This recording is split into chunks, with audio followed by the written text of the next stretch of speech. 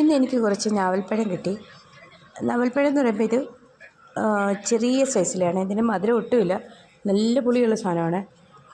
പക്ഷേ നമ്മുടെ നാട്ടിലൊക്കെ കാണുന്ന പോലെ വലിയ ഞാവൽപ്പഴമല്ല ഇത്. ചെറുത് ഉണ്ടോയെന്ന് നാട്ടിലുണ്ടോയെന്ന് എനിക്കറിയില്ല. ഇവിടെ എനിക്ക് കിട്ടിയതാണ്. തീരെ ചെറിയതാണ്, അതിൻ്റെ അരിയും തീരെ ചെറുതാണ്. നല്ലോണം പഴുത്ത, പക്ഷേ ഒട്ടും മധുരമില്ല, നല്ല പുളിയുമാണ്. ഇത് എങ്ങനെ കഴിച്ചാലും, അതിപ്പോൾ വലിയ മധുരമുള്ള ഞാവൽപ്പഴം കഴിച്ചാലും ഈ ഞാവൽപ്പഴം കഴിച്ചാലും നമ്മുടെ തൊണ്ട അടയ്ക്കും. അതുപോലെ നമുക്ക് ചുമയൊക്കെ ഉണ്ടാകും. അതുകൊണ്ട് ഇത് ഞാനിന്ന് കുറച്ച് ഉപ്പൊക്കെ ഇട്ട് കഴിക്കാമെന്ന് വിചാരിച്ചു. ഉപ്പിട്ട് കഴിച്ചാൽ തൊണ്ട സൗണ്ട് പോയില്ല എന്നൊക്കെയാണ് ഇവിടുത്തുകാർ പറയുന്നത്. എനിക്കറിയത്തില്ല, എങ്കിലും ഞാനിന്ന് കുറച്ച് കിട്ടിയപ്പോൾ എന്തായാലും കഴിക്കാമെന്ന് വിചാരിച്ചു. അതുകൊണ്ട് കുറച്ച് ഉപ്പൊക്കെ ഇട്ടെടുത്ത് ഒന്ന് കഴിക്കുകയാണ്. നിങ്ങൾക്ക് ഇഷ്ടപ്പെട്ടോ എൻ്റെ വീഡിയോ? അതുപോലെ നിങ്ങൾ കഴിച്ചിട്ടുണ്ടെങ്കിൽ നിങ്ങളുടെ അഭിപ്രായം അറിയിക്കുക.